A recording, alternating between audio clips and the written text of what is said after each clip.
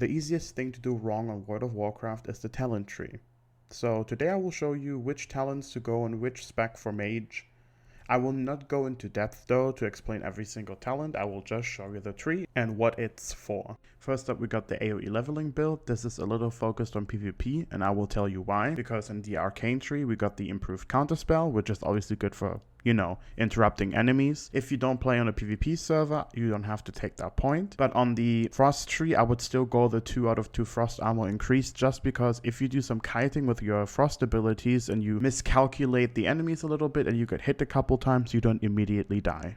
Now the counterpart to the AoE leveling build is the single target spec, which is heavily obviously focused on single target. This one is only good if AoE leveling is completely impossible because there's a lot of people there, so you cannot tag the mobs, so this one would be for you.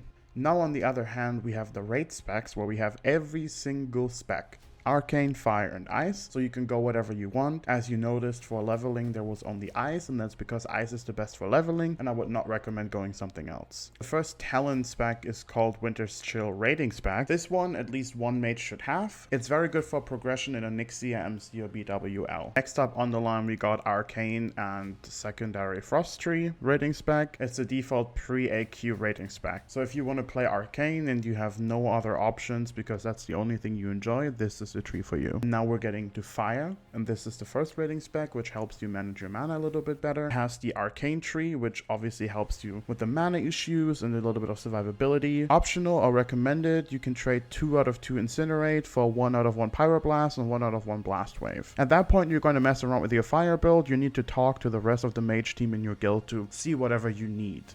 Next up on the line we got the second Fire rating spec. As mentioned, this build is for people that have enough gear that mana isn't an issue anymore. This spec will sacrifice their necessary mana managing talents along with magic absorption for Pyroblast, Blast Wave, and improved Flame Strike, which is going to do a lot of damage on trashes and boss fights that require some AoE.